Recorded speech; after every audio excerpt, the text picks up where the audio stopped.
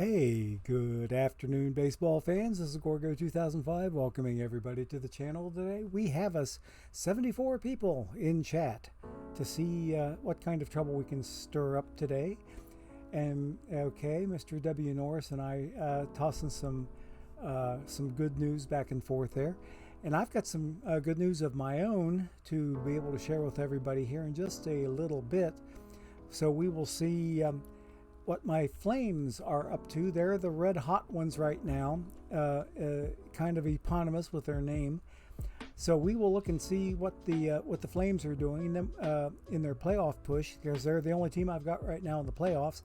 And we'll do a couple of postseason postmortems on my two silver teams to see if they avoided relegation. That was the big question from yesterday's stream, was whether my two silver teams would survive being packs only outfits, and seeing if they can survive in the fourth highest level of competition in the game. Only ones that are higher are gold, diamond, and perfect league, of course. So if they can make it through a season in silver, given the fact they're packs only and they have competition that is abounding in perfect cards, then I think it's kind of a feather in my cap, or at least I'm considering it as such. So anyway, let's go ahead without further ado and go in and take a look and see what's going on with the Flames playoff push. I've already got, I have 3 packs already today from a semifinal loss. And I've got 4 drops, working on drop number 5 right now as we speak. So I will have, before we're done here today, I will have up to 31 there. I got my first 4 drops courtesy of Mr. Paul Sporer, and I got some credit towards a 5th drop before I had to get off his channel and get on my own and get myself started. So I'm working on my final drop right now, and it is accumulating, so it will hit sometime over the course of today's stream. So I want to take a look and see what's going on. Let's see, my tournaments here have been running for a little while. I'm going to wait until after we take a look at the playoff push here on the Flames to come in here and take a look and see what my tournaments are up to. So let's go ahead and jump in. The fact that I've got 7,465 perfect points tells me that I am starting to pick up some achievement points here from this particular outfit. They're supposedly or hopefully doing well, but we will be able to tell you better here in just a very short. And it looks as if I just dealt Cubs fan 23 Steve his first loss of the postseason in an exciting extra inning 10-9 walk-off. Holy moly. And during the course of that game, we had us Hank Aaron with a grand slam, and Junior Griffey had the walk-off Johnson to win the game for my Flames over Cubs fan 23 Steve's Altamont Cubs. So a very, very exciting way to go here. And you can see that I finished the season 2 full games ahead of same said Cubs. They took a wild card spot, and in fact, even though I won my division, I had to be content with a wild card spot of my own because I was the number 3 seed amongst the division winners. So as the number 3 seed, I got kind of pushed off to the wild card round, the best of 3 round. Let's look and see how things have progressed so far in the postseason here in my league, and we'll look at the playoff tree because that's the most revealing. So it appears like, okay, there's my final drop that just hit, so I'm up to 31 packs. So here we are, there's Cubs fan 23 Steve as a wild card, and there I am as a wild card, even though I won my division. We both swept our wild card round. He swept his division series, and I won my division series 3-1. And here we are facing off to see who's going to make it to the World Series in Diamond 362. And take a look who's still alive over here on the AC side of the table. There's Benny the Kid, otherwise known as Your Kidneys. That is Your Kidneys there. He had to come back from a 2-1 deficit against these Honolulu Wyverns to win his division series. So he was down 2-1, came back and won the next two, and now he is in the conference finals. So he is amongst the final four left in the entire league, along with the Winnipeg Go Jets Go. The Go Jets Go are owned by Spongy66. So that accounts for all of our team ownership in the semifinals here. That's Cubs fan 23 Steve up there. Here I am down here. There is Spongy66, and up here is Your Kidneys. So, long way around the horn. I have a secret wish here. I would give an arm and a leg and maybe even another limb to be able to play Your Kidneys in a Diamond World Series. That would be epic. I quite literally cannot wait to see how this works out. It's going to be fun. Burner Guy says Winnipeg is a bunch of hosers. Oh no. Okay. Oh, Bailey OTP was down 2-0, got swept. Ouch, ouch, ouch. Okay. No, Eleanor Frisbee, you did not win or miss a giveaway. We do that at the end of the stream. We do that at the very, very end. Okay. So Mr. W. Norris took game 1 of his league championship series in extra innings, just like I did. Okay. Or unless you were talking about me. Scored 5 in the 9th to tie 4 in the 11th for the win. That must have been about yours because it wasn't mine. Well, congrats there. So Bailey OOTP, ouch. I hope to see you getting a little bit better. Burner Guy says that Winterpeg is a bunch of hosers. I gotta wonder, Burner Guy, you're the guy that owns the pillow pants in silver, right? I'm trying to remember. I quite frankly can't remember. Okay. Johnny Fury says that he's up 2-0 in his NLCS. I'm up 1-0 in mine. So yeah, I'm wishing everybody out there good luck in your playoffs. I'm hoping for good luck but not only myself but also everybody else here. We have to rely on the grace or disfavor of the RNG deities at this particular point in the game. With it being nothing more than a coin flip, it'll be fun to see how all this plays out in a simulation setting such as we are in. But like I said again, there's Your Kidneys up there, otherwise known as Benny the Kid. And down here is Spongy66. There's me. And up here is Cubs fan 23 Steve. Cubs fan 23 Steve, are you hiding out in chat today? Let me double check. Doesn't look like Cubs fan 23 Steve is in chat today. But yes, that's right. Oh, Mr. W. Norris is the pillow pants. Okay, that's what I got to remember. That's what I got to remember. Mr. W. Norris is the pillow pants, and we'll take a look at your pillow pants along with my either my Juggernauts or my Wildcats. I forget which league you're in, but I'll be able to tell once we get in to look at those guys. So, getting back to my Flames, we have won our first game of the League Championship Series against Cubs fan 23 Steve's Altamont Cubs. And we have, a little over 5 minutes to go before our next sim to come in. But I'll tell you what, too. In about 30 seconds, it's going to be time for us to take our very, very first ad break. I was a little late hitting my 20-minute button, but I did keep track of how many minutes off I was. So we're getting ready in about 25 seconds to take ad break number 1, and we'll go in and take a look at our Game 1 performance in the League Championship Series and go on from there. And I have a thing or two to announce on my team, because we picked up some new material yesterday after the stream and before the playoffs were finalized. So here we go. Get ready. Ad break number 1 is a coming right up. Let's go.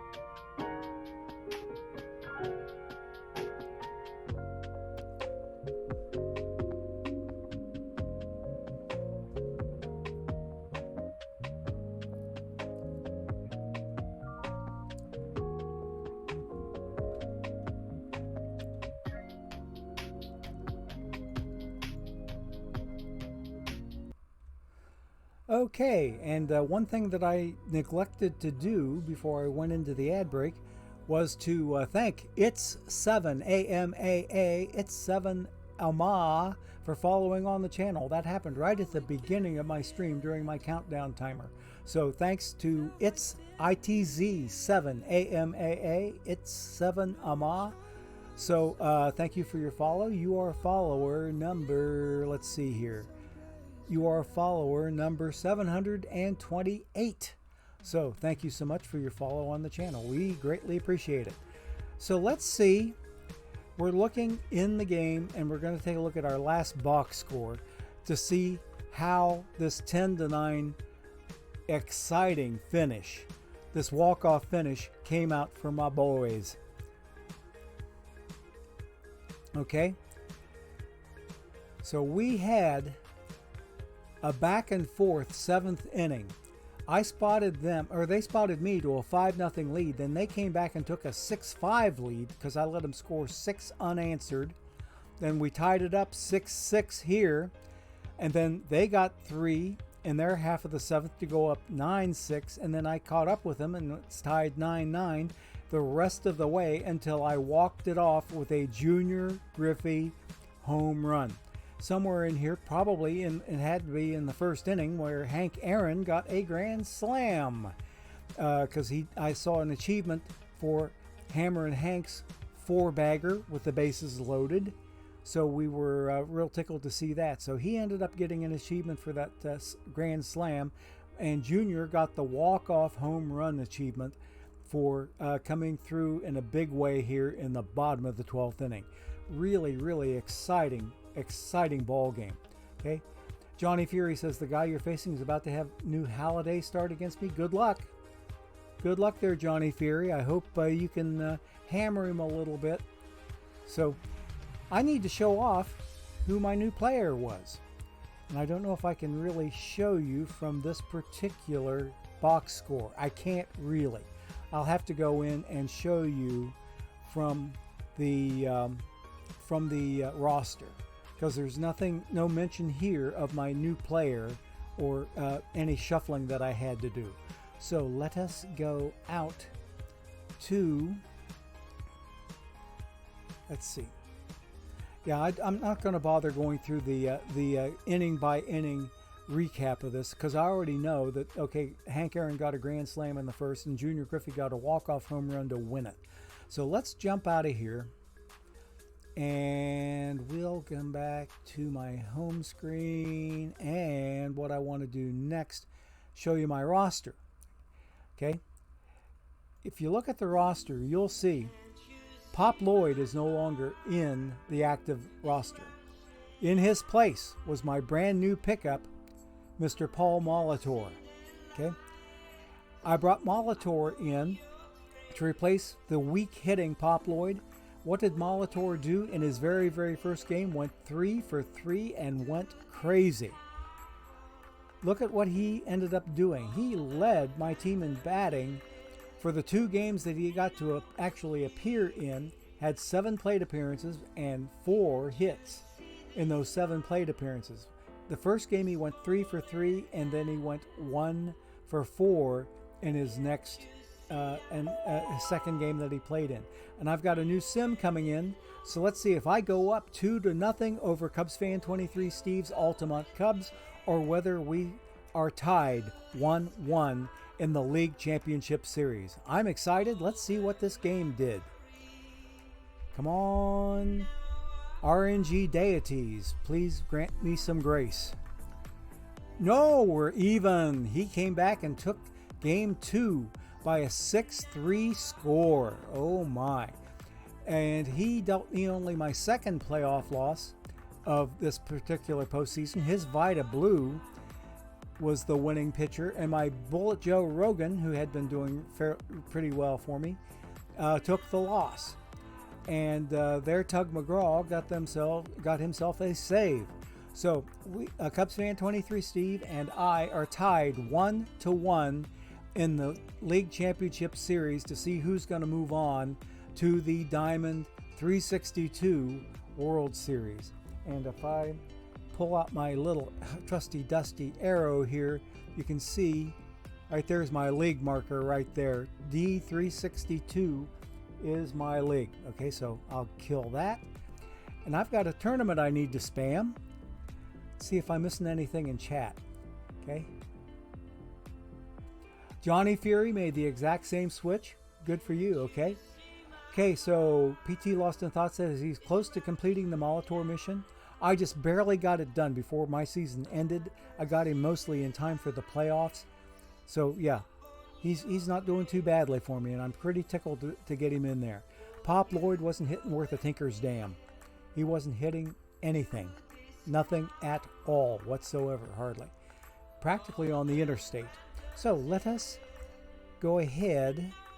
I think we have a travel day coming up, and we can confirm that here.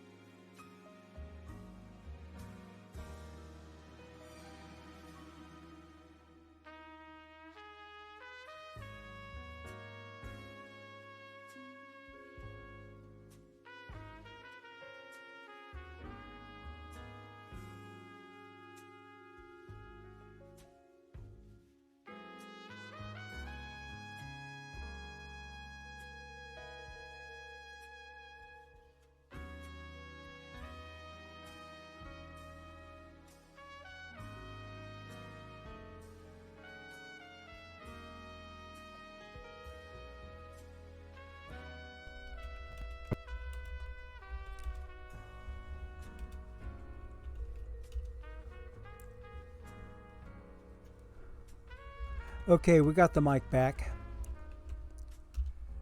Kind of a crazy thing there. It is randomly and spontaneously cutting out on me. You heard it cut back, and I didn't really do anything. Hi, Madden Mask. Good to see you, buddy. Yeah, my mic has been inexplicably cutting out. I can't even. Yeah, there. Now I have control over my mic. I can mute, or I can turn it back on. It wasn't even hit when the mic went dead. It went dead, I think, after my ad break, possibly. Okay, but anyway, it wasn't down that long. So okay, muty. Okay, all right. Eleanor Frisbee just ate an entire can of Memphis barbecue baked beans. Okay, I'm glad that you are wherever you are there, Eleanor Frisbee, and I am where I am, because otherwise we'd be having a scene right out of Blazing Saddles. And I think you know what scene I'm talking about, the one around the campfire. Ha ha! So, anyway, it's good to see everybody. Let's see. I think that's what happened last time too, Coercible Germ. Yeah, for whatever reason, my mic is cutting out on me. And I don't really do anything to bring it back. Did you hear the click? It clicked, and then all of a sudden, boom, it's back. And I didn't really do anything. I was just running around trying to figure out what the hell was going on. But the time before when it went out, all I had to do was go to my OBS and check my mic, and there it was. It finally came back on after about 5.5 minutes. Here I only had, maybe, hopefully not too very long. Okay. Haha. Okay. I heard you. Okay, I finally got to take a look at chat. Yep, there we go. But anyway, we're back and we're ready to, I think, jump out of here and go take a look at my other two teams that didn't make the playoffs, but they had fairly exciting times just trying to stay out of relegation, okay? So we will leave our day off simulation with the Flames and go take a look at the other boys. And I think I might have a tournament to spam here. Yes, I do. I have to spam another Ace of Bronze because I got eliminated from one. So here we go here. That's number 1,000. So that's number 1,000. So my 990's been running the longest. Let's see what 990's up to before we go take a look at my silver teams. Okay. Yeah, for whatever reason, my mic is just crapping out on me. And there's got to be something inside of either OBS or some other piece of software that's making that happen. And I just do not like it. I do not like it. But I know something I can do. Ooh, I'm losing 2-0. In round 2. I know something I can do for right now. This might keep it from happening again.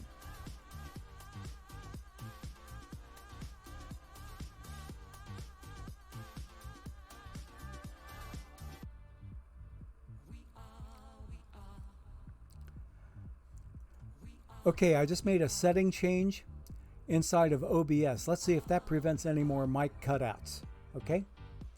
Let us move on and get out of this tournament because it looks like I'm taking this one on the chin. The Tippecanoe Terrors. Ooh, I run into them a lot, and we usually split our matches, and it looks like they might be on the verge of taking this one. So we'll cut this one out and go see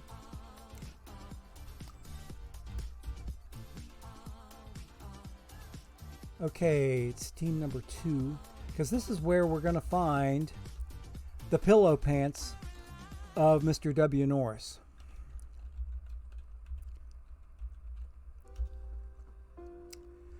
Okay, I've got some Iron Best of 5 I need to spam, and there we go. Okay. Alrighty. Might need to update my computer. It's already been updated. Eleanor Frisbee, I refresh my Windows with a fresh rebuild before every stream. And it had already been brought up to speed, supposedly. Okay? I've been trying a little bit of everything, including getting rid of my extra software that I don't need. So it does not sound like it's a memory problem. If I'm killing as much memory as using software as I was killing, I gained 13% on my memory usage. Okay, so I can't do anything more there, and I can't do anything more on the Windows front. I do have another idea. Hang on just a second, because I'm just getting sick and tired of this happening. Bear with me here.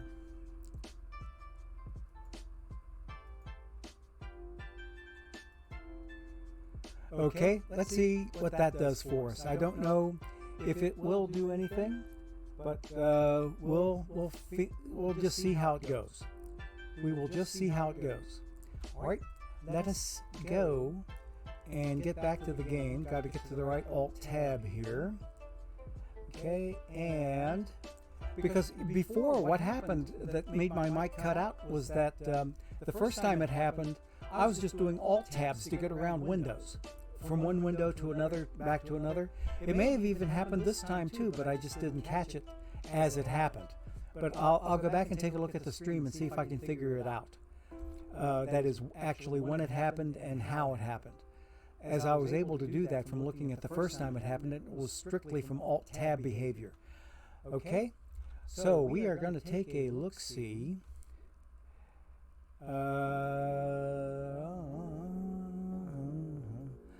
Oh yeah, okay, I've already got my tournament in there. Let's see how my Wildcats ended up. On number 2 team.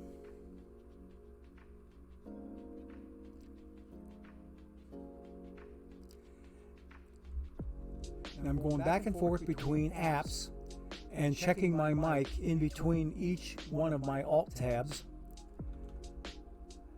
Okay, we ended up with a loss. We ended up 14 games under 500 with that particular loss, and we were 4th in the division. The 3 teams above me actually made playoffs, including, guess who? Mr. W. Norris's Pillow Pants, who were in the same division with me. They made the playoffs. Let's see how Mr. W. Norris, he already told us, but let's see what is going on with these playoffs as far as he is concerned. And we'll look at him over here.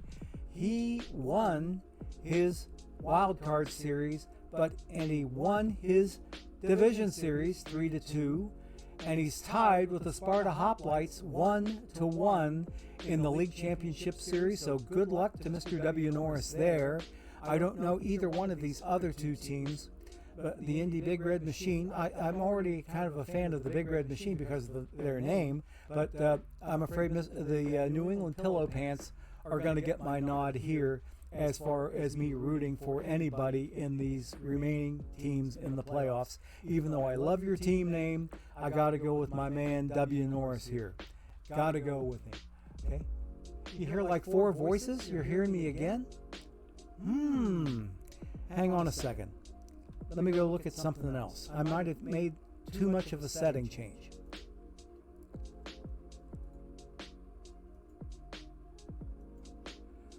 Okay. Does that help get rid of the reverb there, Eleanor Frisbee? I hate having to make adjustments on the fly like this because it just sucks out loud. Is it still okay? It's better now? It's better? Okay, good. I think I might have solved that. So anyway, I don't know if I'm going to solve my my mics cutting out, but we'll see. All right, we got rid of the, let's see, the echo came in when I made that one change. And we got rid of the echo, so it's gone. So there we have the look at the playoffs and see that Mr. W. Norris is doing pretty well here. Tied 1-1 in his league championship series. My guys didn't even come close to the playoffs. But here we go. If we take a look at the promotion and relegation standings, here I am up here. I ended up 2 games above the drop zone. So I survived barely to fight in silver for another day, at least with my Wildcats. Now, how did their team performances do? Let's look at the pitching staff. Okay, so Sandy Koufax was kind of my de facto ace at 3.50. El Cid just behind him at 3.70, but ended up with an underwater 12-14 record. The other guys were 4.0 or higher on their ERAs. Over here in the bullpen, everybody pretty much held true to form. So, like I said, this is what you get when you have a roster that looks like this.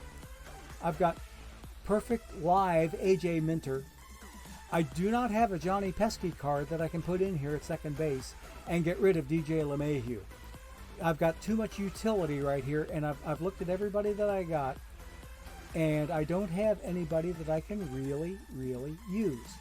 Arenado over here, the 96 Arenado, can't use him because I'm pretty sure let's see, do I have him? Where do I have him? I got, oh yeah, Arenado I don't think will play anywhere else in the infield. You see, he only plays third base. So I pretty much used up. Okay, now Joe Sewell. Let me see if he plays second. No, he plays third and short. See? I can't use him at second base. So I've pretty much exhausted my second base opportunities here. Lindor, only a shortstop. Okay? So yeah, you can see what I've got to play with, and it's not much. Not much at all. Okay? Alrighty, so yeah, the sound seems to be better. Oops, hang on a second. What did we get? We have a new sim coming in, and let's see if and I'm pretty sure that Mr. W. Norris is going to be on a travel day today, so we're not really going to see a result for him. Or are we? Let's go take a look at the league postseason coverage in the playoff tree. And no, yeah, right, yeah, both of these conference series were on a travel day, so that sim really didn't do anything except move them from one location to another. Alrighty, so we are just about ready to go back and take a look at my lineups and see how my batters did. I didn't have any 300 hitters, but there's Billy Hamilton up there at the top of the stack at a 284 clip, and I don't have I don't have any sorts on the splits or any double splits or anything. So Billy Hamilton leading the way at 284 with 4 home runs and 45 ribbies. My team leader appeared to be Hank Aaron with 32 and 101. And take a look here. On his home runs, he had 32. His stolen bases, he had 33.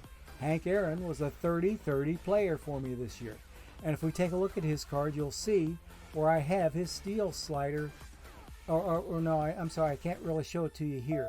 But his steal slider is all the way like next to last, the highest it can be.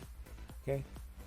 Or next to the highest it can be. So I've got him pretty well up there.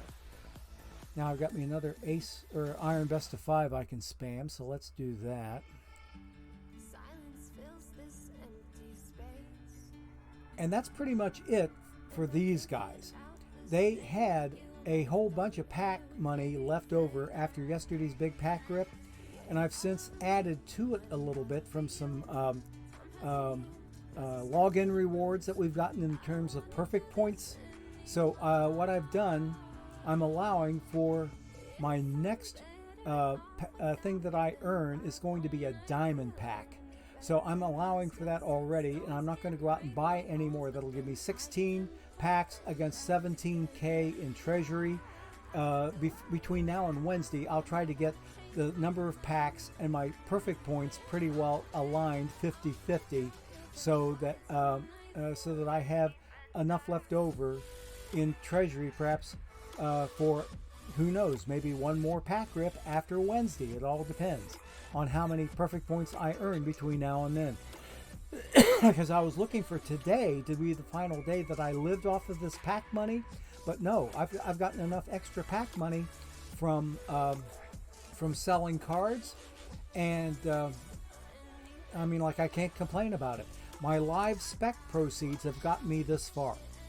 They have gotten me this far either directly or indirectly through other packs that I pick up and the proceeds that those packs bring in, and giving me more perfect points to buy more packs with. So we'll see how it rolls. I don't mind having this many packs on my lower tier teams. Now let's get out of here and take a look at team number 3. Okay. Mr. W. Norris traveling home to his park, okay?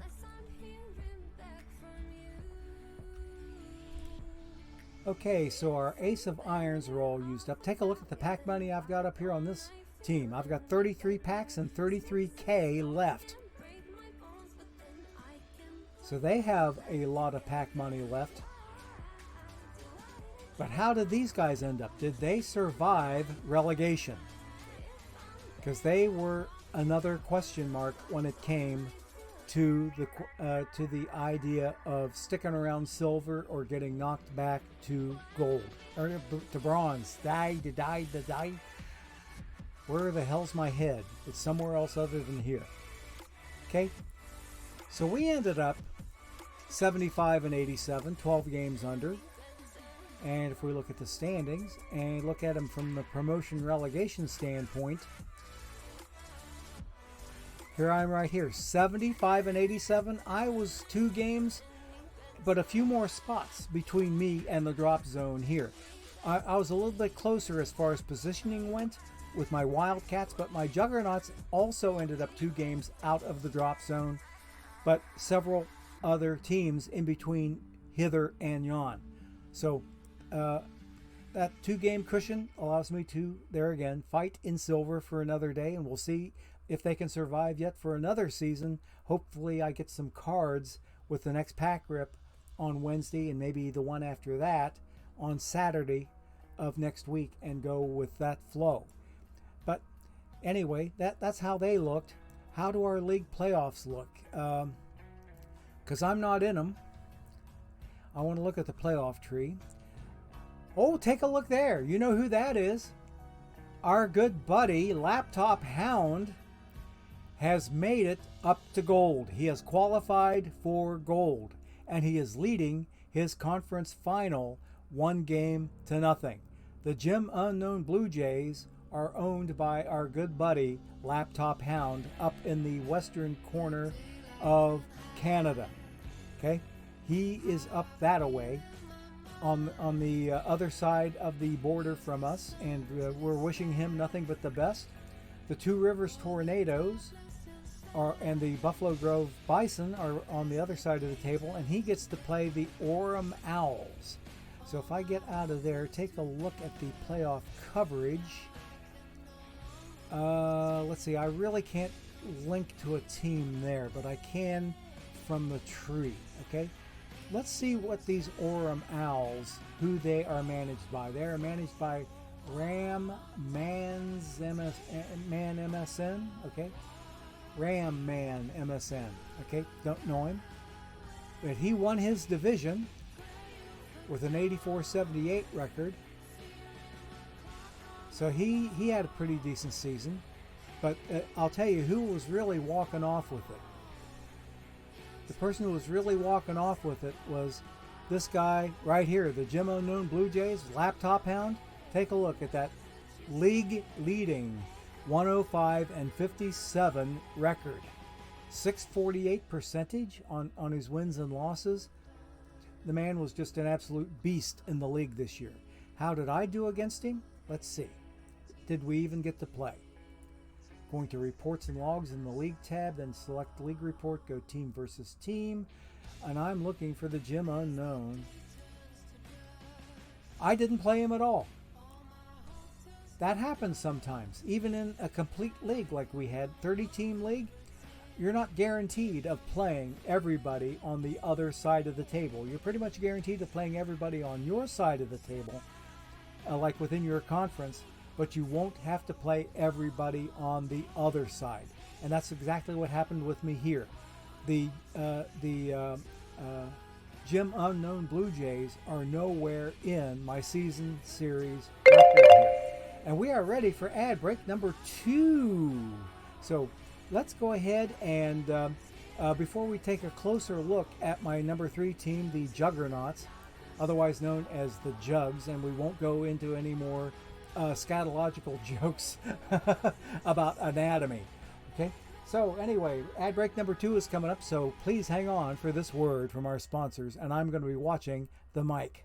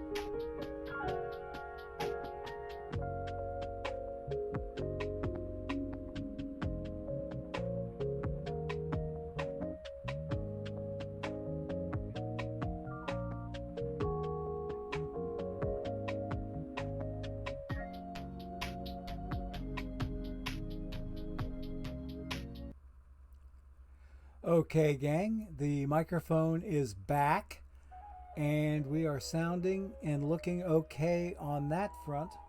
So the mic did not cut out, but I appreciate everybody's feedback telling me when it does cut out, because otherwise I have to jump around from here to there to there to here and take a look at things and try to figure out, number one, okay, am I getting out? Number two, if I am getting out, what's it looking like? And if I'm not getting out, what's causing it? All right, let's go. And we're ready to take a look at the team performances on the Juggernauts. Okay, on my pitching front, since we didn't make playoffs, we did not move anything. So Leon Day led the way. He's my de facto ace on this silver team with a 3.85 ERA. He was a drawn card. Nolan Ryan was a mission reward. Charles Bender was a mission reward. Jose Rijo was drawn a few weeks ago, and El Cid was a mission reward.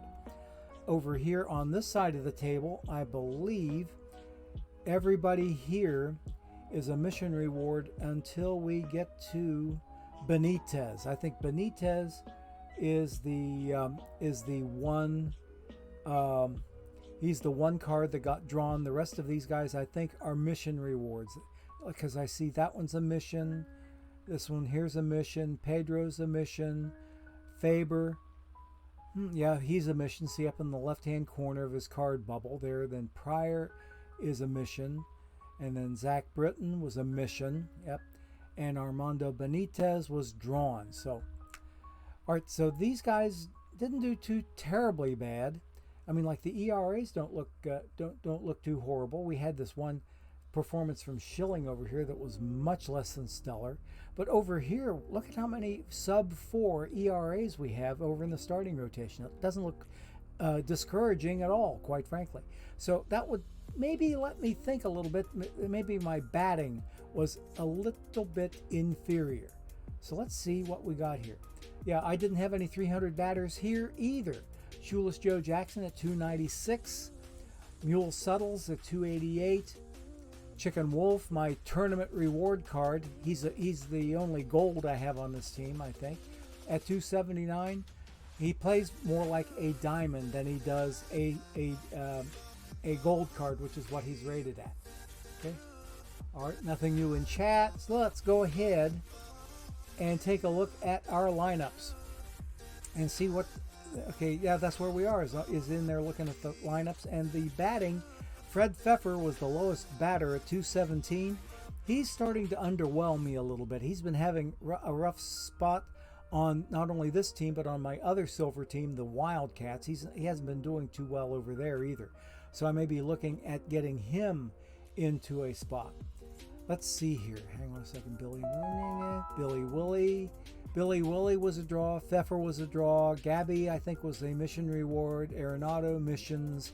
Concepcion, missions. And I got another sim coming in, and it's going to mess up my view. Haha.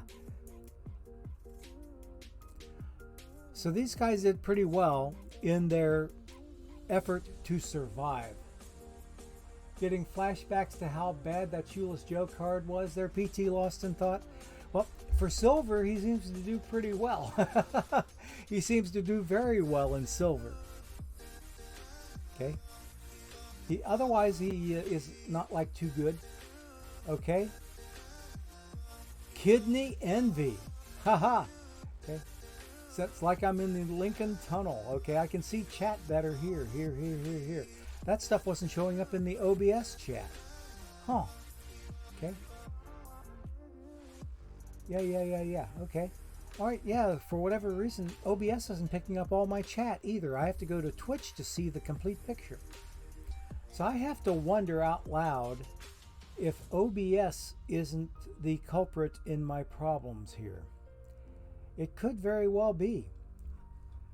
As I'm changing scenes and going from hither to yon, from yon to hither, and if my mic goes out while I'm traveling from hither to yon, then that might be a thing of OBS's doing. But we have yet to really pin it down. I thought, like it might have been memory usage and memory getting stepped on, but no, I don't think it's that. I think there's some some issue going on inside of OBS. And I also checked my microphone connections, and they are fine. I mean, like, I'm solidly plugged in on the back of my mic, and the other end where it goes into a USB port, again, solid. I maybe want to try moving stuff out, and that is yank it out, plug it back in, and give it another mic test. I did a mic test again today before I started the stream, and it was great. I didn't have much time to test it, but what I found was good. So I have no explanation as to what's going on with my microphone, but we will figure it out eventually, at least I hope, or at least be able to stay on top of it enough that we can see it happening when it happens. All right, so we are pretty much done looking at the three teams and how they are doing. My main team, the Flames, they're the ones I need to be paying attention to right now. So I'm going to jump back over to that account once I make sure that I'm as spammed on tournaments here as I can be. I can get 2 of my 3 slots filled up with Ace of Iron here.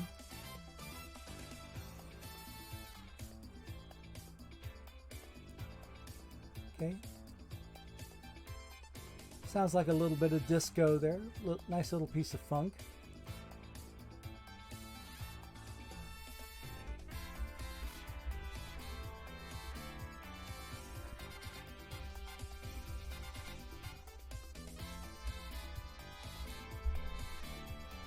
Okay, my tournaments are still running well, so let's look and see. I think we've had that travel day accounted for. And we should be in game number 3, which should have come in. And we will see whether Cubs fan 23 Steve has a 2-1 lead over me or whether I have a 2-1 lead over him.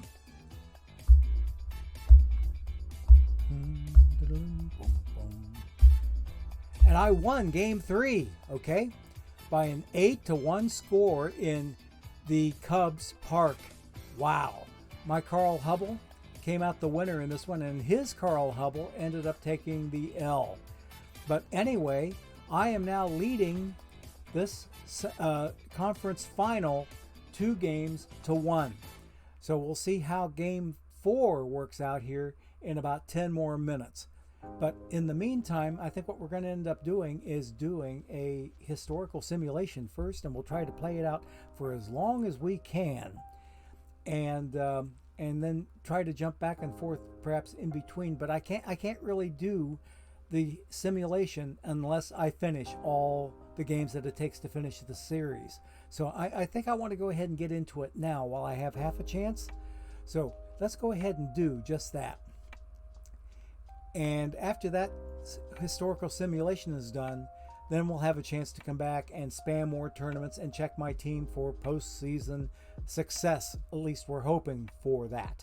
Okay, let us see. Oh no, I forgot to look at one more thing. I want to take a look at the playoff tree and see how Kidneys did in his game 3 before I jump into the historical simulation. Okay.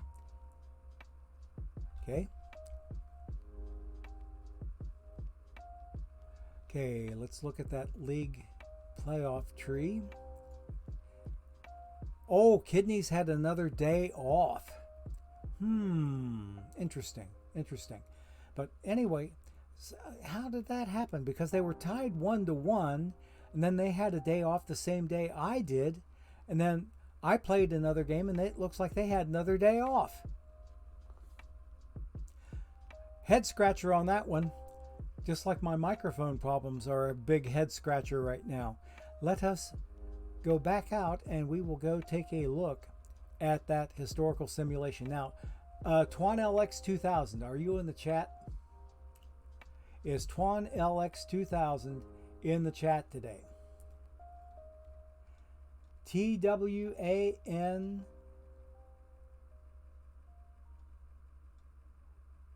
Let's see. LX2000, yes, he is in the chat. Okay. I did not get a chance. Roman a day Twitch. Thank you. Roman a day Twitch. Thank you. Okay. TwanLX2000, that's who I was trying to shout out. can you remember who you suggested for the World Series last week to go against my 76 Reds? Because I'm letting you make the call. I might be facing off against Kidneys in the final. Yeah, I could very well be. In fact, that's the thing I'm hoping for. But if Cubs fan 23 Steve wins it, I'll understand and I'll give him all the props and GGs that he deserves. But yeah, it would be fun playing Kidneys in the final and to see who goes on to Perfect League. He's been there before. I have not. But anyway, Twan LX 2000. Can you remember from last week, 1 week ago, because I did not have the time today to run back and take a look at that previous stream and see what you suggested, because I was going to let you make the call today based on that suggestion, but I couldn't find it in time for today's stream.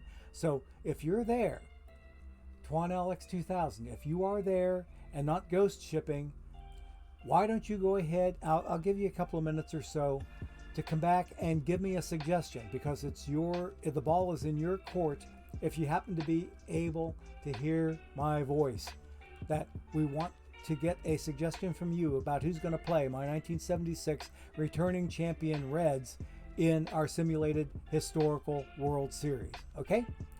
So, Twan LX 2000, going once, going twice. Nope, not today. Okay, folks in chat, I'll give you, and it's first come, first serve, who are you going to suggest as playing off against my 1976 returning champion Cincinnati Reds? Okay? Sparky was coaching back in 75 and 76, yes. 1997 Rockies, okay, you have it, Eleanor Frisbee. Okay? Eleanor Frisbee got it. He's in there. Roman Ade Twitch. The 84 Tigers, they've already gone against them once. We already had Sparky versus Sparky. Yeah, we had a series like that. I would say 4 or 5 weeks ago. We did that. But 1997 Rockies looks like a good one. So that's what we're going to do. Let's go ahead and get that started. The historical exhibition of the week. And I have to create a graphic to introduce the simulation of the week. So it's going to be the 1997 Colorado Rockies. So that's going to be down here in the power years. The visiting team is up here. We're going to go 1997. And we're going to choose the Rockies down here. They went 83 and 79. My Reds went 76 and 86 that year. So let's see. Okay, now down here, looking in the, let's see, Colorado right fielder Larry Walker had a dominant year in the National League. First Canadian-born player to be named MVP. That was Walker's MVP year. Yes. Florida Marlins won the World Series. Okay. Pure offense versus pitching, Eleanor Frisbee? I think so. Let's see how this one plays out. We're going to disable the injuries. We're not going to have anybody get hurt on our watch. So let me see. I've got to pick out my other team down here, and it's going to be from baseball's boom. It's going to be 1976, and it's going to be my Reds.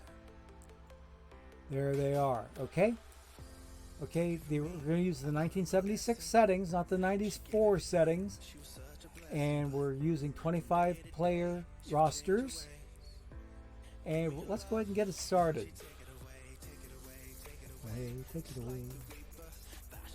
Almost 4 o'clock Eastern time. This day is zipping away from me. I don't have to rush to the kitchen tonight. I'm not doing chicken tonight. I am doing leftover roast beef. If you remember, last week I was waxing eloquently about the sous vide function on my new Instant Pot and how well it does beef. Holy moly. I mean, like steaks. We've done steaks of 2 or 3 varieties. This is the first large roast that I've done, a 4.5-pound sirloin tip roast.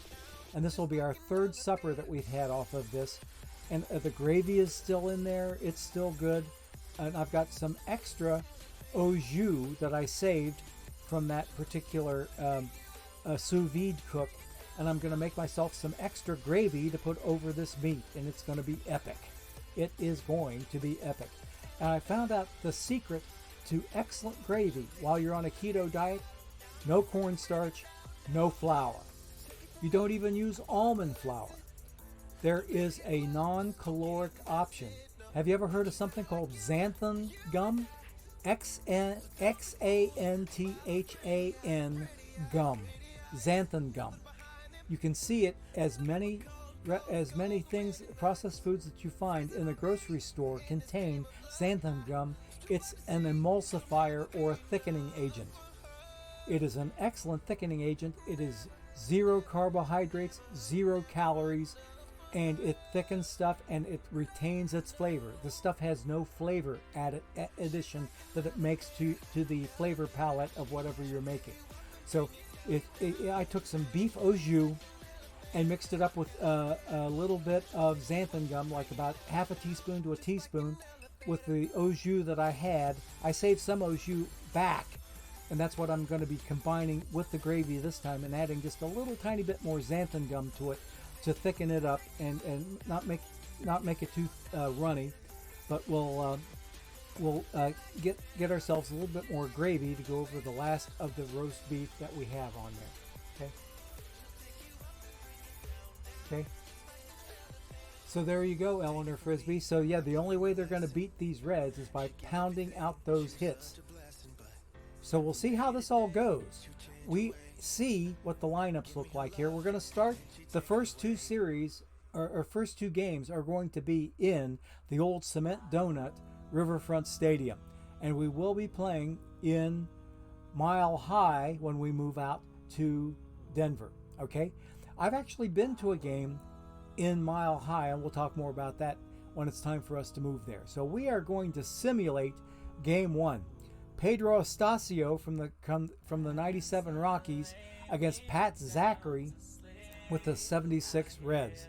So let's simulate this and who is going to win game number one.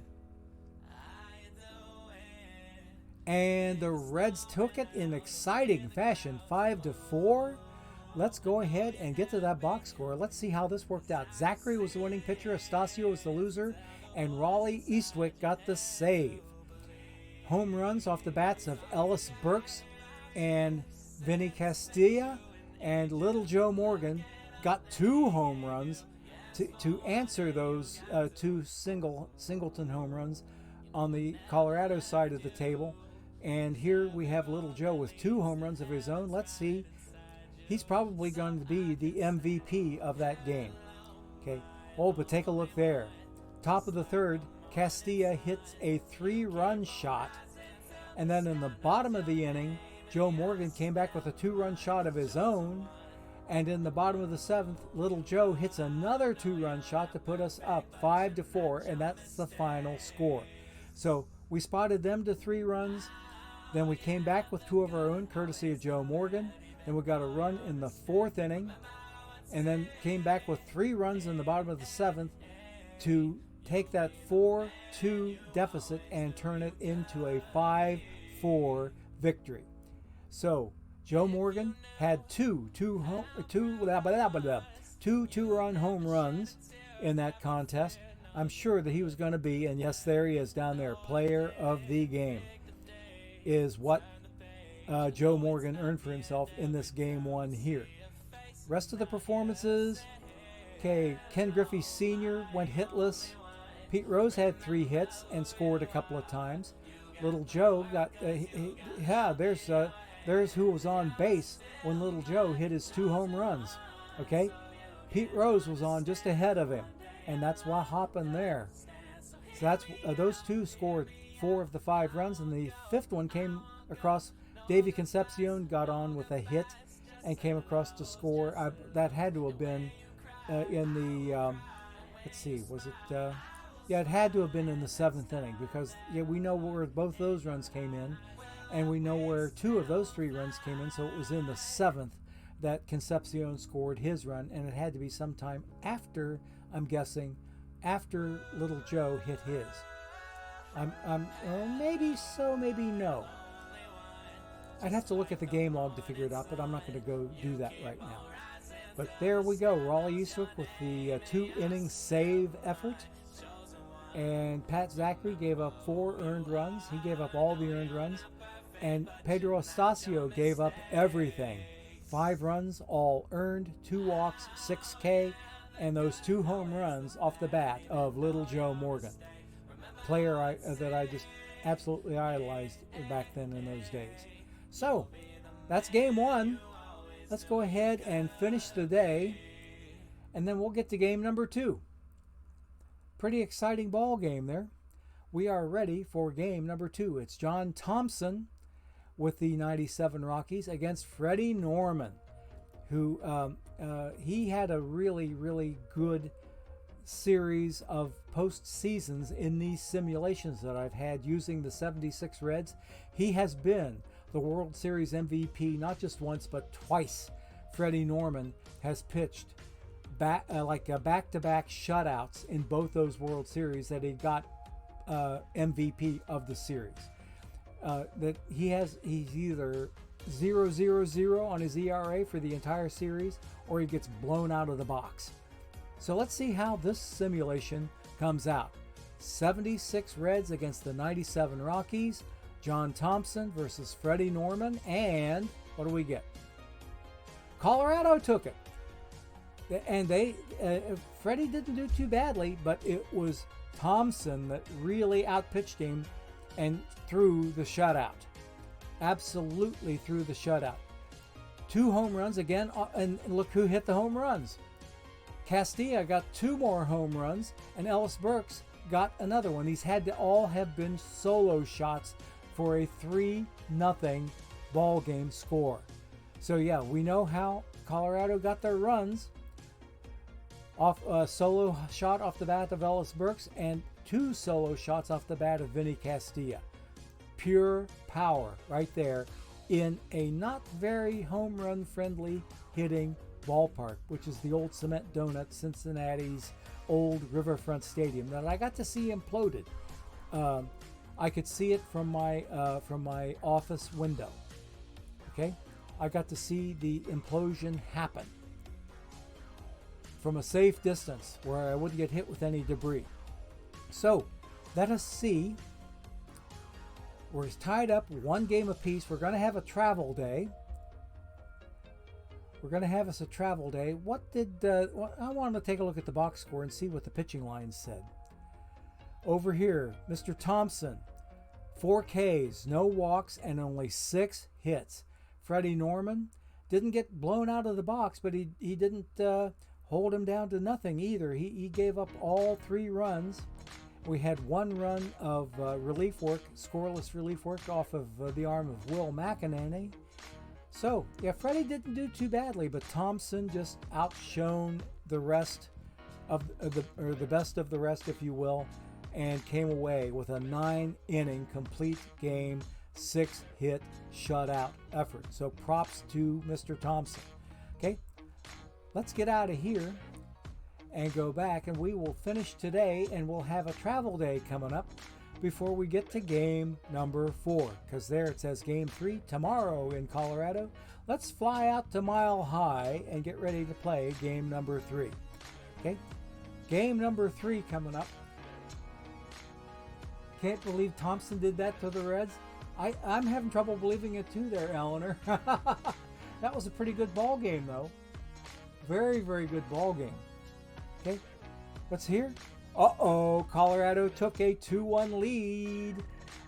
Look, it wasn't even close. They must have been hitting them completely out of Mile High. 11-2 ass kicking.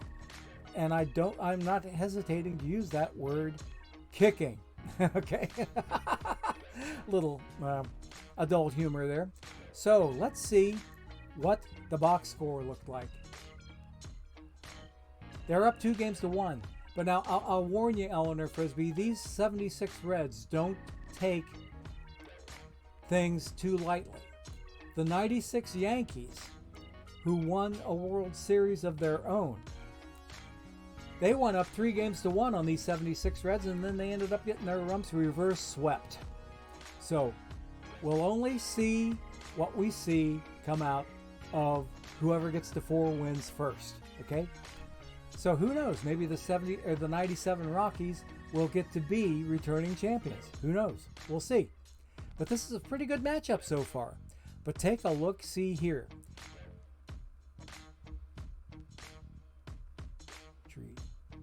Jeff Reed, okay? Jeff Reed hit a run-scoring double off of Gary Nolan, okay? And then he hit a 3-run home run later. He had to be player of the game. He was. Jeff Reed was player of the game. He went 3 for 3, scored 3 runs, had 4 ribbies. Holy moly, what a performance. He didn't do too badly for himself. He acquitted himself very, very well. Andres Galarraga got on base, had to get on with, let's see, there's a strikeout. He had, he scored 2 runs, but no hits. So, and he didn't have any walks either. So did he reach via errors? How many errors? Oh, the Reds had 3 errors. Holy crap. And he was probably the benefit of 2 of those 3 errors right there. So, because he scored on 2 runs, he scored himself 2 runs, and yeah, the Reds defense just absolutely killed him. I think it was that thin mountain air that they were having trouble sucking wind up there. But I have been to a game in Mile High. The game that I went to, it was the Rockies hosting the Phillies. My wife and I were both out there. We spent the week in a Golden, Colorado hotel, so that we could catch all of the attractions on the west side of town, everything in Golden, plus everything, say, south of there, plus the downtown goodies too. We got to go to a game at Mile High, like I said. We also took in a couple of 3 visits to Red Rocks. I absolutely love that venue. It's the best. Absolutely, I mean, like, bar none. I think I would put it up in the top handful, if not the very top, of all of the outdoor concert venues in the entire world. That setting for a concert venue is unparalleled as far as I'm concerned. It's gorgeous. You have a killer view of downtown Denver from up in the mountains there, and you're surrounded by red sandstone everywhere you look. And it's just a gorgeous, gorgeous piece of God's nature, shall we say. Okay. Razor, okay, good to see you. Alrighty. So Eleanor Frisbee came in, and he sees that 11-2 shellacking. So Mr. Castillo had 7-hit effort. He only gave up 1 earned run, 5 walks, 8 strikeouts, and all that the Reds could muster were how many? 2 little lonely runs, and Colorado had it won after their half of the first, where Jody Reed hit that run-scoring double against Gary Nolan, and Nolan, of course, had to take the loss. Yes, look at that. 11 hits, 8 runs, 5 of them earned, 3 of them because of errors. Eee, ouch, ouch, ouch. We're ready for ad break number 3. So I'm going to go ahead and take us there before we go to play game number 4 in Colorado. Okay, let's go ahead and do ad break number 3. Here we go.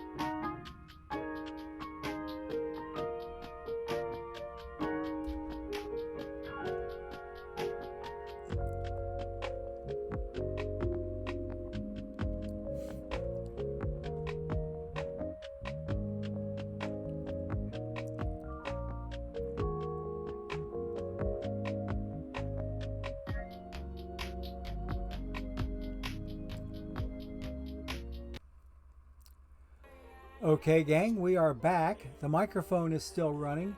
Razor FMG, welcome to the chat. Good to see you there. Is there a reason why you have a soccer ball, or in your term, football, in your emotes there? I'm really curious. Are you a soccer fan like I am? Okay, hard to say. So anyway, we have us a game 4 to get into. Not really too much happened except the Rockies are hitting home runs like none other. What do we see down here in the box score? In the box score, Jody Reed had a home run off of Mr. Henderson, or not Jody Reed, Jeff Reed, okay. I'm thinking 2022 cards, okay, with 2 on and 2 outs. Ouch, ouch, ouch. So yeah, there was only 1 home run in that ball game on the Colorado side of the table. How about over here? Reds didn't have a single thing. They got some doubles, but no ribby or no home runs on their side of the score. Okay, nothing more to see here, I think. Let's go ahead and go back and let's get to game number 4 and see how it works out. We're going to finish the day. Now we are ready to simulate game number 4, and this one is in Mile High. Let's see what cooks here. I'm holding my breath for my Reds. And we tied it up 2-2 by a matching 11-2 shellacking. That is the Cincinnati team that I've come to know and love. 11-2. So let's see what happened here with the box score. 6 runs in the top of the first. Holy moly here. George Foster hit a run-scoring single off of Mr. Ritz. That would be Kevin Ritz, okay. He had a run-scoring double. Then bench JB got a 2-run single, and Concepcion hit a 3-run Johnson. Let's go. There's 5 of the 6 runs right there. 6 of the 6 runs, if I consider Foster had 1 ribby, bench had 2 ribbies, and Concepcion with the 3 ribbies on the long ball off of Kevin Ritz. So Kevin got kind of knocked around a little bit. And who held it up on our side of the table? It was Jack Bellingham was the winning pitcher. 8 innings of 2-run and 5-hit ball. Mr. Henderson got in there. That's Joe Henderson from the 76 team, one of the more obscure names from that 76 team that swept the Yankees. But he only faced, with 21 pitches, he gave up a hit and 2 walks. Nobody scored. He wasn't responsible for any runs scoring, but only by the skin of his teeth. Only by the absolute skin of his teeth did he evade any earned runs there. Because they brought in Raleigh Eastwick to finish the job like he did in game number 1. So Eastwick now, I don't think it was a save situation because the Reds didn't make it close enough to make it a save situation. So the series is tied up 2 games apiece. 2 games apiece. Let us move back and let's simulate game number 5, which will be our last one played in Colorado. We are assured of 6 games at least, which means we're going to make it back to Cincinnati. This next series, or this next game, will determine who takes a 3-2 advantage coming back into Riverfront Stadium. Let's simulate this. And the Reds have taken a 3-2 lead in the series. They have won game 5 by a score of 8-4. Let's look at the box score. Little Joe Morgan. He looks like the series MVP so far. Took an 8-4 win over the Rockies to take a 3-2 lead in the series. And Cesar Geronimo also acquitted himself well. He had a 2-run single, top of the 7th. So here, we started out, we spotted Colorado to a 1-run lead here. Okay. Larry Walker is choking, isn't he, Eleanor? He's not looking too good in this series, is he? He's only batting .250. He did manage to get a couple of hits and a couple of ribbies in this game. So this is his best performance yet to date. But Cesar Geronimo, 2-run single in the top of the 7th, put the Reds up 6-4. His only hit in 4 at-bats, but it was a game changer. Okay, so Cesar Geronimo had a nice hit, but I think it's going to be Joe Morgan again as the player of the game. Yes, it still is, which means he is now the leading contender for World Series MVP in this particular matchup. So anyway, we are ready to come back to Riverfront. I'm wanting to take another look at things here. 4-3, and there was 4-4. Or let's see, 4-6. So we went up 6-4, and there we went up 8-4. What happened in the 7th inning? Pete Rose hit a run-scoring double off of Pedro Estacio. Okay. So Estacio took that one on the chin.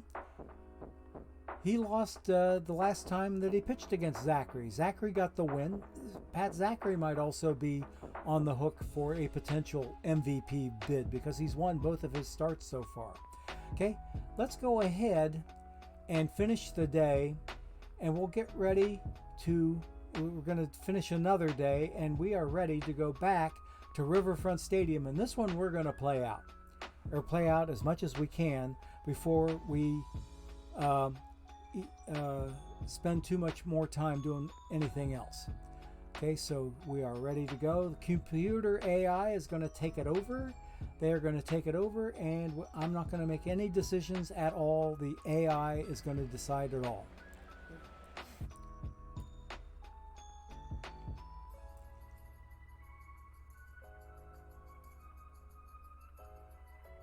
Yep. Oh, yeah, Razor's showing some other emotes there. Okay, I'll have to take a closer look at them on another monitor. Okay, Freddie Norman's back on the mound. Remember, he got shelled. Not exactly shelled. He lost 3-0. He got beaten by a better pitching performance off the arm of Mr. Thompson. Okay, so let's see how this particular game plays out. So we are in Cincinnati in the Cement Donut, otherwise known as Riverfront Stadium, and you can't tell it from this particular simulation because it doesn't enclose everything. Which it didn't. The historical sim did not pull in a graphic of Riverfront Stadium from that time. But Freddie Norman's on the mound pitching against leadoff batter Ellis Burks. And what do we have coming up with a full count? The full count pitch is coming up against Burks from lefty Norman. Righty Burks and lefty Norman. And he took ball 4, so Ellis Burks is on base with a leadoff walk. Okay. Next man up is going to be Vinny Castilla, and he's been having a decent series also. He's had at least 3 home runs so far. If I take a look at him over here, yes, he's got 3 home runs on his series performance here with 6 ribbies. Yikes! And a 1.583 OPS. Eleanor Frisbee's saying, "Yes, let's go, let's go." And I'm saying, no, no, no, no. Alrighty, Freddie Norman, what are you going to do with Mr. Castilla here?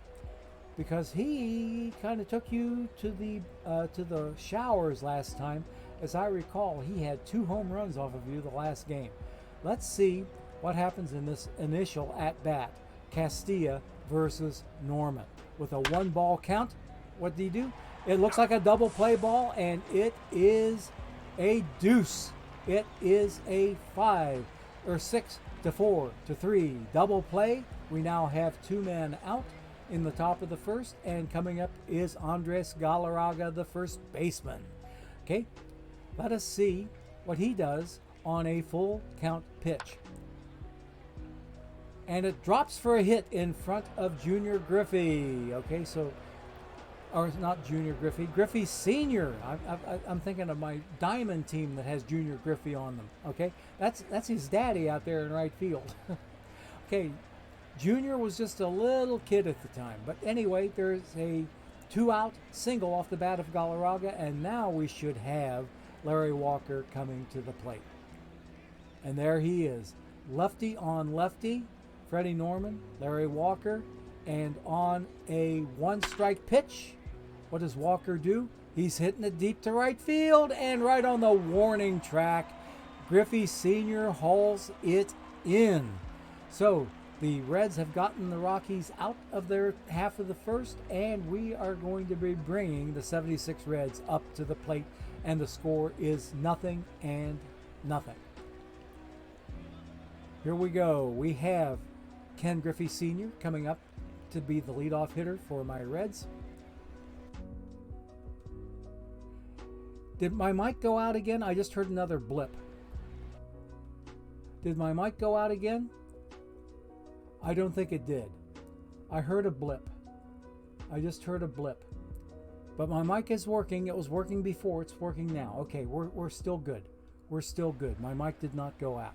Okay, there's something going on inside the software someplace. I hear these little blips, and it's probably what's been kicking my mic on and off. Alrighty, let us go and pitch to Ken Griffey Sr., and with a full count, he hits it right to the second baseman, and Bates makes a pickup, and he throws Griffey out at first. Galarraga gloving the ball. Okay, next man up is going to be one Mr. Peter Edward Rose, graduate of Western Hills High School here in Cincinnati. And with a 2-2 pitch, he hits it to center field and line shot straight to Ellis Burks. Ellis Burks hauls it in, 2 men out in the bottom of the first. So let's bring on Little Joe Morgan, the number 3 hitter. And with a 1-ball pitch, it fell for a hit in front of the left fielder. So Joe Morgan is sitting on first with a 2-out single, and coming up to the plate should be one Mr. George Foster. And here he comes. Left fielder George Foster is up at the plate, and what's he going to do with this 1-1 pitch? Oh, it was a stolen base from Little Joe Morgan. He got in under the tag, so we have a man at second base now with 1 or 2 outs now, and all it's going to take off the bat of George Foster is going to be a base knock to maybe bring Little Joe home with the initial run of the baseball game. Let us go ahead and see what transpires on this 1-2 pitch.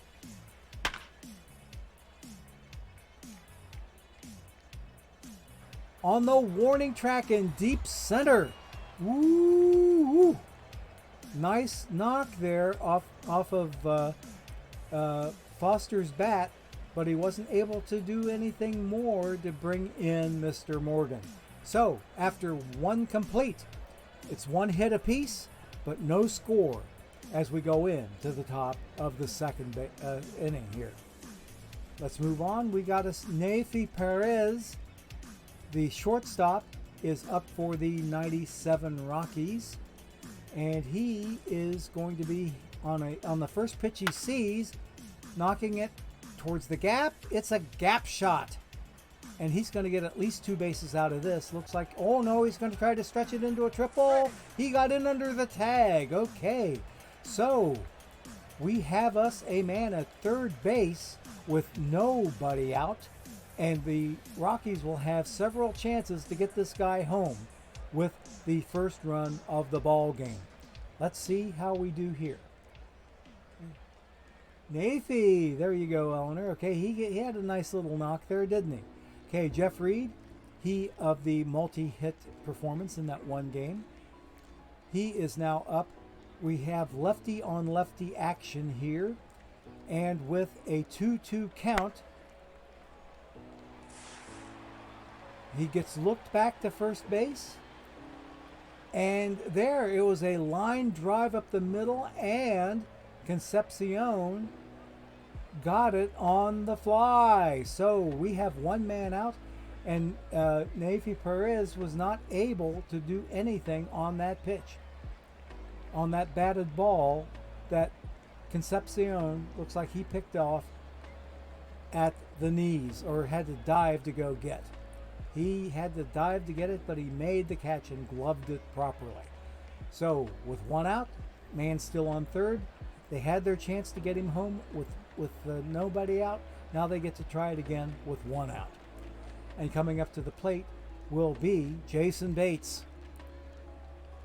When he was a kid, would hit. No. I'm not going to make that lame attempt at humor. Nope. We're not going to do that. We're not going to go there. Ha! I'll bet you know what joke I'm getting ready. Hey, Sam Koala, good to see ya. Good to see you there, buddy. Okay, he's up at the plate, and with one out now, and Nafi Perez at third base on a 1-1 pitch. Oh, it looks like the run's going to score. And did we get... Okay, we did get an out, but they had to sacrifice the run to get the out. So, good play by Concepcion, but Colorado takes an early 1-0 lead as Mr. Bates hit the ball to Concepcion. He gloved it, gave up the go-ahead run, and got the out at second base. So we now have 2 outs and nobody on base for one Mr. Todd Helton, he of the large bat. Okay, and what's he going to do with a 1-strike pitch? Grounds it. Okay, it looks like it landed right in front of George Foster for a base knock. So 2-out single off the bat of Todd Helton. Let's bring up the next batter, John Thompson, the pitcher. Okay, the pitcher is now up. Is he going to try to get on with a bunt hit, or just try? It's not going to do him any good just to bunt the man over, because he'd get thrown out at first. So what's going to happen with 2 outs and a man on first base and the pitcher up to the plate? Okay. On the first pitch he sees, we had us a steal. Oh, no. We had bench fired it off to first, and Helton just got back and beat the throw. That's what happened there. Okay, I thought at first we had us a stolen base, but no. Okay, with 1 ball or 1 strike, a 1-strike count on the pitcher, John Thompson. Strike 3. He took it looking, and the Reds are now out of the second inning. But the Rockies managed to do some damage. They came in with 1 run in the top of the second off that ground ball from the, let's see, it wasn't Todd Helton. He got a single. But somebody got a ground ball that got the run home. I can't even remember now because I'm all wrapped up in other details. I'm going around back and forth from game to game to game to game, or screen to screen to screen to screen. Make sure that my mic doesn't go out as I travel around here. So we are ready. I think what I'm going to do, in case we have to play a game 7, I'm going to do a little jumping around. We're going to go to the 5th inning. And it is still, okay, each team got an additional run. So Colorado's leading still by 1 run, but now it's 2-1. Top of the 5th, and who do we have up? The leadoff batter, Ellis Burks, is now up, and what does he do with a 2-2 pitch? Fred Norman still pitching for the Reds. Lazy fly ball, and Concepcion catches it, or Geronimo catches it out in center field. So we have 1 man out. And with 1 out, we have Vinny Castilla, he of the many home runs. He still has 3 home runs so far in this World Series. So with a 2-ball pitch, he floats that one into the air, and Geronimo catches that one as well. So we are down now 2 outs, and we have 1 out to go to finish retiring Colorado. So what's going to happen with Mr. Andres Galarraga? He is up, and with the first pitch that he sees, grounds it. Where to go? Lazy fly ball. Another one to Geronimo. 3 fly balls to Geronimo. So that got the Reds out of the inning. And after 4 and a half innings, it is still Colorado 2, Cincinnati 1. Okay. Reds are coming up. And we now have a Davy Concepcion, the number 8 batter, is up for the Reds. and Freddie Norman's sitting on deck, or maybe a pinch hitter on deck. We'll have to wait and see. So Concepcion's first man up, and what's he going to do now with the first pitch he sees? Grounds it into left field for a leadoff single. I think Sparky's wheels are turning. Those cogs are turning up in that mind of his. Are we going to see a pitching change? No, we're not. Freddie Norman is going to come up to the plate. He's going to attempt to get Mr. Concepcion moved over to second base by hook or by crook. So let's see what he does with the first pitch he sees. He squared it to bunt, but he can't make contact, so that is strike one on Freddie Norman. Okay, what's he going to do now with the next pitch? Going to do the same thing? He bunted the ball, but the man at second could not. Okay, he couldn't go, or the man got to second. Concepcion did get there. So Freddie Norman did his job. He got Concepcion moved over to second base, and we are sitting now with one out and a man on second, and coming up to the plate should be Ken Griffey Sr. Okay, there he is. Okay, with a 1-ball count, he wraps it. Oh, he takes it to the bag himself while Concepcion moves over to third. That was Andres Galarraga picking up the ball and beating Griffey Sr. to the bag. So with 2 outs now, we have Concepcion on third base, but coming up to the plate is a pretty decent little hitter. If you remember, it's going to be Pete Rose. The hit king is now up and trying to get home the tying run for the Reds. And with a 2-2 pitch, he didn't get it past the infield. Got it to the second baseman Bates, and he threw Rose out at first. So after 5 complete, it's still the Rockies 2, the Reds 1. I think what I'm going to do is jump ahead to the 7th inning.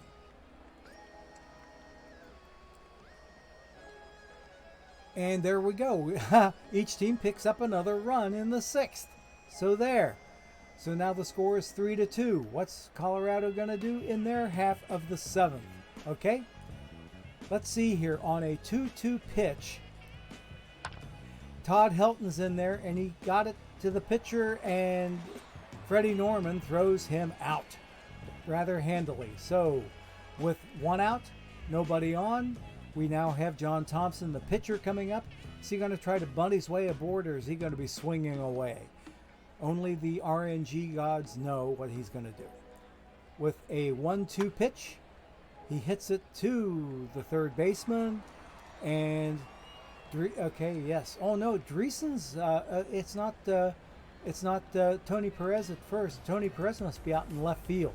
Danny Dreesen's playing first. Okay, so we have 2 men out now, and the leadoff batter is going to be coming up to the plate in the form of Mr. Ellis Burks. So what's he going to do now with 2 men out?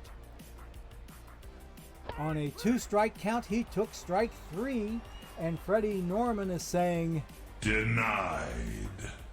Definitely denied on that strikeout pitch. So we go to the bottom of the 7th inning stretch. I'm not going to play any music or anything. There's already music playing in the background. We are going to, let's see, we're in the top of the 8th. Let's get through to the 9th inning. Oh my goodness. Look at what happened. Oh my goodness. I was not expecting this. 2 two-run efforts off the Cincinnati Power Bats took a 3-2 deficit and turned it into a 6-3 lead for the Reds.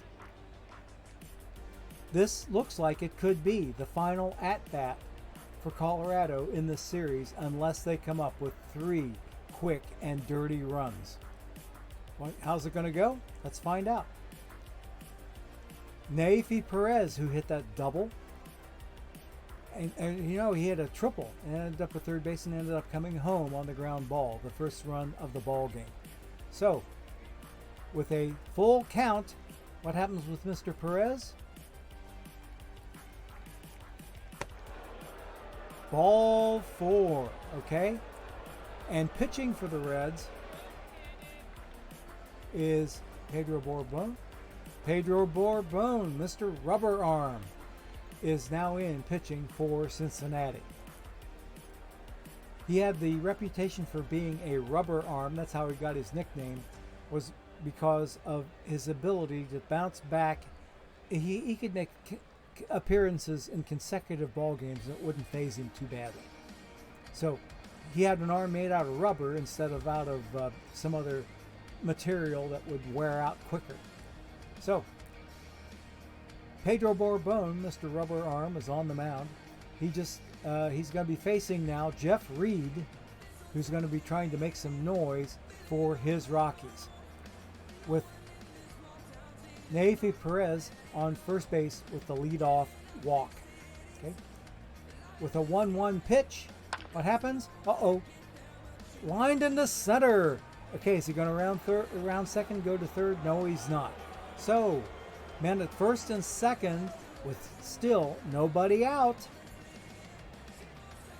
Oh, baby. Okay, let's see who's up next. Jason Bates, the second baseman, is now up, batting 7th in the order. Jeff Reed's at first base with the single, and Neifi Perez is sitting on second with the let's see, I guess you would call it the leading base running position. But it's the winning or the tying run is coming to the plate now in the form of Jason Bates. Okay, let us move on and see what he can do. We're going to say continue, and yeah, ground ball, double play. That's all. They only needed one, right? I think they let the run come home. Or did they have anybody in scoring position? No, they did not. They had men at first and second. Now we got two men out now. Okay. I think we have 2 outs. Or do we only have 1? Let's see. Only 1 out and a man at third base, man at first. Okay, that's what happened. Okay, let's go ahead and pull in our belts a little bit and see if bringing in Mr. Borbon is a good idea or not. So we will go ahead and see what goes on when I hit the continue button. And now with a 2-strike pitch, laces it to second, or to the third baseman, who throws it short to second, and we are now out of the inning. Or are we? No, Neifi Perez came across. It's 6-4 now. The Reds still up over Colorado. But now we have 2 men out. 2 men are now out. Pedro Borbon still pitching. Dante Bichette, who I believe is pinch hitting, is he not? Okay, he is pinch hitting here in the bottom or the top of the 9th inning. So they're trying to get some noise made off the bat of Dante Bichette. Okay, let's go ahead and keep it going. There's our next and final ad break. Let's see how this last thing works out. We're going to continue on with it. Ooh, diving stop, and he caught that ball. And my Reds have won the World Series, but Colorado gave them everything they could handle, including a couple of, the one really, really nice win. They had 2 wins. They were up 2-1, and the Reds came back and won the next 3 ball games. Count them, 3 ball games that the Reds had to win in a row to win this series. And with that, we bring our historical simulation to a close. Thanks to Eleanor Frisbee for the suggestion. That was an excellent suggestion. They gave the Reds a fight, And the one game that they won by 11-2 was a really, really noteworthy effort. So props to those 94 Rockies for going as well as they did against this 1976 absolute, I hate to overuse the term, juggernaut of a team that the Reds had that particular year. So we will jump out of here and let me get back to, let's go back and leave the game. And the Reds won the series. Who was the, okay, MVP was little Joe Morgan. The MVP was easily Joe Morgan, from him being star of the game in the amount of games that he was a star of the game of. So let's get out of here. We'll finish the day and then we'll go jump out to the main screen and be done with it. Okay. We only have us about 10-15 minutes left. We are going to see if we can raid somebody and perhaps do it a little bit early. It'll give me a little more time in the kitchen to do a little bit of prep work on the leftover roast beef and getting the gravy thickened up. So I'm going to spam a couple of ace of bronzes. This will also give me a great opportunity to look and see how my Flames are doing in their conference finals. Okay, we were taking on Cubs fan 23 Steve. And I might have to come back and take a look at that 93 tournament because it looks like we've got some gaposis between 93 and 1008. That's 15 tournaments. So we might be in packs already by the time we get to this. Let's go in and see what my Flames are doing because we're within a minute of the next sim on this team. Okay.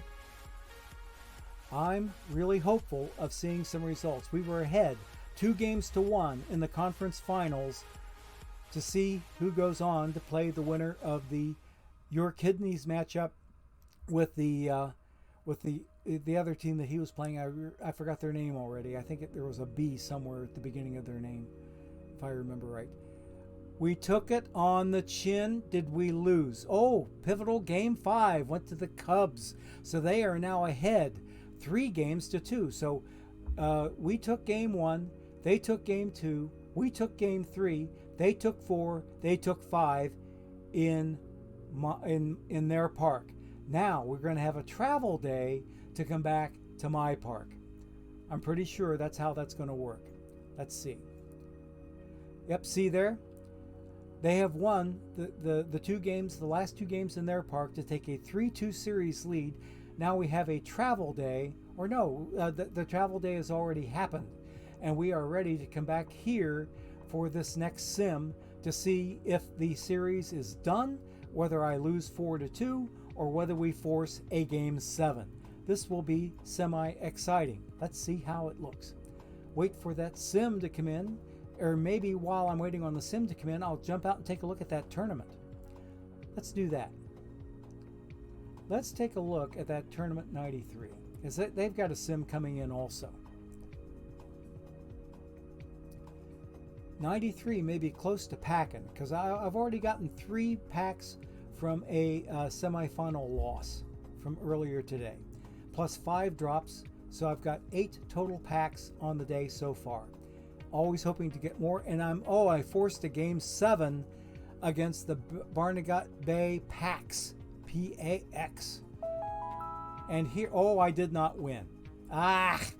Okay, so these guys aren't going to be packing in this tournament. GG's to Barnegat Bay. They won rather handily, 7-4. I had to score 3 runs to come back from a 7-1 deficit to make the final score halfway respectable at 7-4.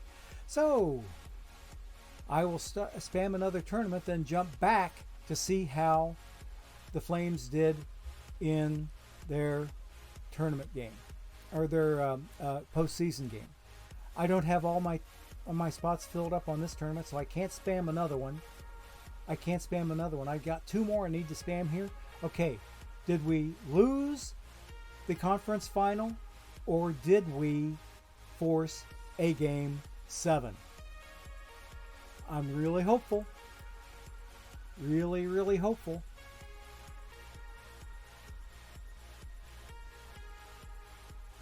Okay, game. We're going to find out in just a few seconds here.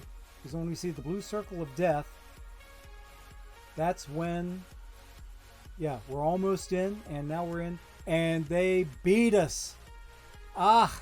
Made it all the way to the conference finals, so it's going to be Cubs fan 23 Steve's Altamont Cubs taking on the winner on the other side of the table. And who is that other side of the table going to be? Is it going to be your kidneys? He's ahead 3-2, and I took a 4-2 loss in the conference finals. So GG's and good luck to Cubs fan 23 Steve in his bid to go to Perfect League. And it looks like right now he has a better chance of playing your kidneys in the World Series than he does of playing the Winnipeg Go Jets Go. Okay, so anyway, my season's done. Stick a fork in me. So we almost made it to our third World Series of this game cycle in Diamond. So I'm really pleased with how the team did this season. We didn't do too badly. We won a division. We made it to a conference final in the playoffs, but we lost to the team that we beat for the division title. But I think they still took the season series off of us. Let me see, from looking at reports and logs, let's look at the team versus team thing, and we will see right here. Okay, now the Altamont Cubs, he won 11 of 19 games off of me. So for him to take that series 4-3, I gave him the best that I could give him, and I still came out short, but I'm still not ashamed of my team's efforts. I'm really, really pleased with how they looked and how they went. So, anywho, we're just about done for the day. Let's go ahead and do our 25,000 perfect point giveaway. So let me get to that screen and we can start giving it. Shout out to my tournament video on YouTube. You watched it and won your first quick iron tournament. Good for you, Cicero 2K. Congrats on your win. So you see how I do it. Steam the cooking. Yeah, the Rockies did great there, Eleanor. Yeah, Rockies did very, very well. Rockies did very, very nice. So, okay, so you won your first quick iron tournament, which is great. And the Pillow Pants are heading to the World Series. Way to go, Mr. Norris. Mr. W. Norris. Good luck to the Pillow Pants. I hope you, you've already gotten yourself assured of a trip to gold. Stream me cooking, okay? Stream me cooking? I'd have to have some extra equipment that I don't have. I'd need to have a head cam to put my phone on and have my phone doing the streaming, and I don't have OBS on my phone, or a way to plug OBS into my computer out in the kitchen. So we'll have to wait and see. So Mr. W. Norris, best of luck to you. We will see how you do, because I have thought about doing some cooking streams. I'm also thinking about doing some Overwatch 2 streaming, because I'm really getting into that game when I'm not playing OOTP. I'm playing Overwatch. And they have a 2x XP weekend going on this weekend, next weekend, and then a later weekend, like right around Thanksgiving weekend in November. That means I get double the experience points, so I level up quicker in Overwatch 2 than I would in a normal time frame.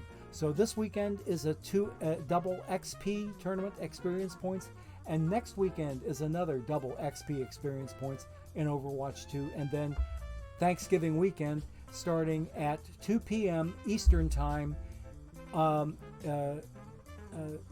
Friday. 2 p.m. Eastern Time on Friday of Thanksgiving weekend is when that happens. Okay, let's see, what do we got here? A GoPro?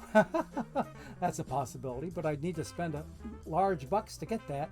I'd have to ask Santa Claus for a really, really nice favor. But Mr. W. Norris says his last day in gold was short, relegated right away. Well, I'm wishing you the best of luck this season, because it looks like you're going back up there by making it to the World Series. By making it to the semifinals, you assured yourself of a trip up to gold. Okay, so we're going to get ready to get this giveaway started here. So let me get over there to my my Stream Elements box here, and we're going to get this 25,000 perfect point thing going. I need to get to my giveaways. We're going to copy and paste the previous giveaway, and the winner of this giveaway is going to be getting 25,000 perfect points. You need to follow some ground rules. You can only enter once with one of the 2 available commands. You have 2 available commands, only use one of them.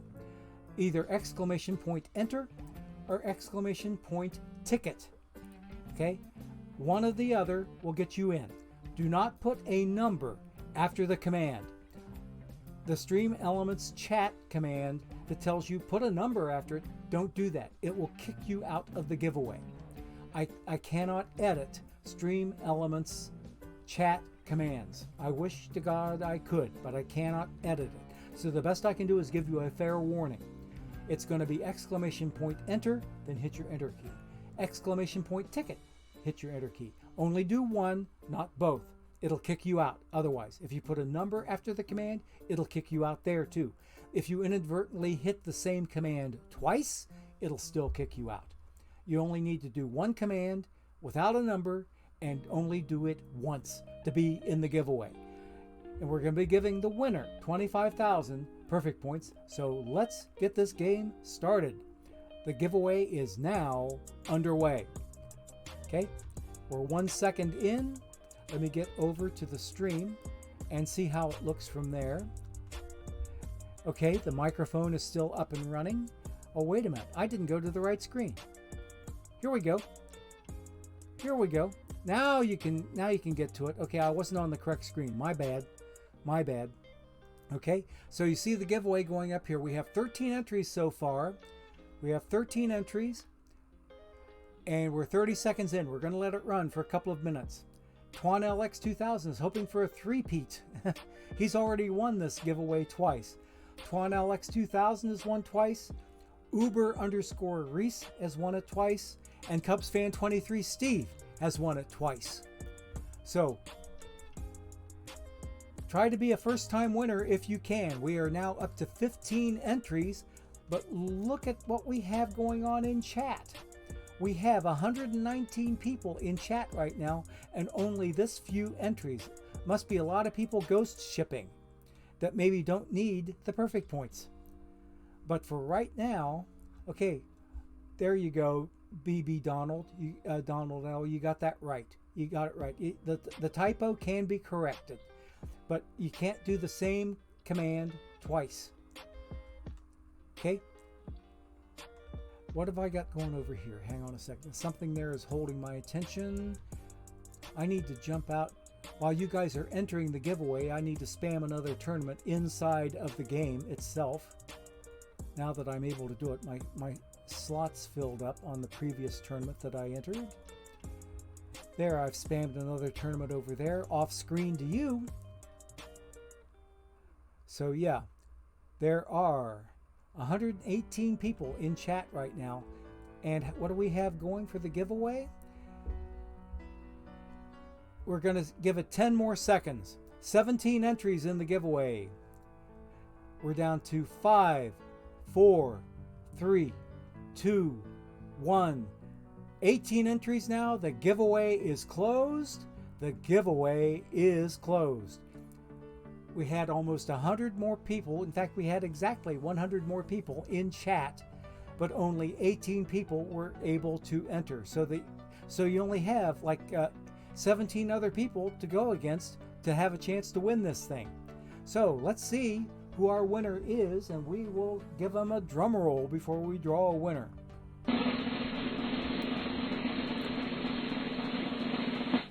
And the winner is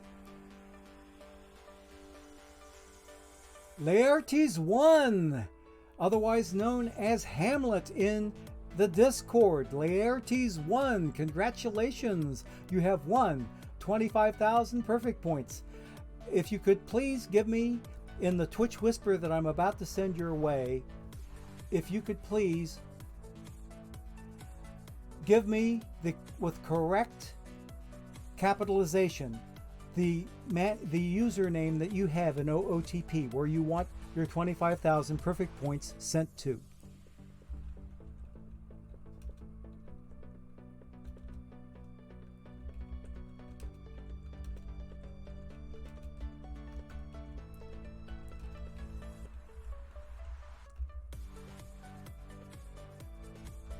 Hang on a second. Got to get my cursor out of the way.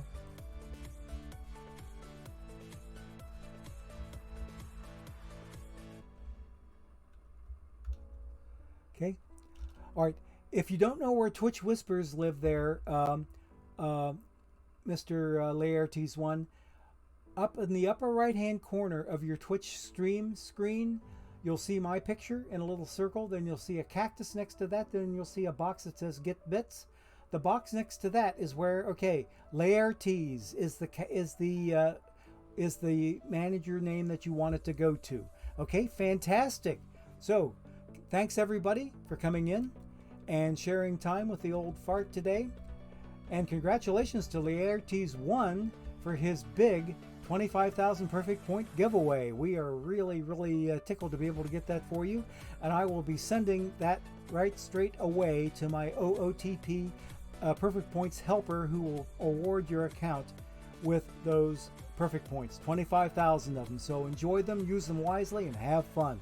But in the meantime, we're going to be I'm going to be looking for a stream to raid here. Bear with me a second. I left out a step. Let's take care of that. See if anybody's running right now. Last time I saw Paul Sporer was on, but we'll see. Is anybody up and running right now? Doesn't look. Oh, Cavicom's on. Cavicom's on, but you don't get drops from him. If nobody else is on that gives you drops. Oh, here we go. Sorry, Cavicom. I love you to pieces, buddy, but I'm going to send my crowd here over to Nersha Bain Co. He is an affiliate streamer, and he will give you drops. So we're going to be rating Nersha B-A-I-N-C-O. Nersha Bain Co. stream will be the one that we go to raid, because we will be able to continue giving you drops. So let me go ahead and get that raid started. Okay.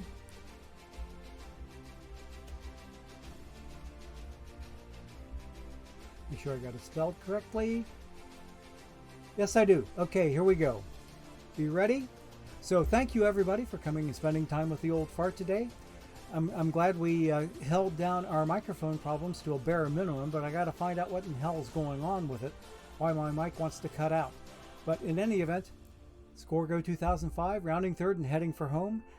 Thank you again for coming in and sharing time with me, and we'll send you off to our good buddy Nersha Bainco. So have a great rest of the day, everybody. So thank you too. Thank you one and all, and we will catch you all later Wednesday come 3 p.m. Eastern Time. Also, another plug. Tonight at 11 p.m. Eastern Time, Laptop Hound is doing a late night stream where he will also be providing drops. So if you happen to miss drops today and you still need them at the last hour of the day, go to Laptop Hound at 11 p.m. Eastern Time. But in the meantime, here we go.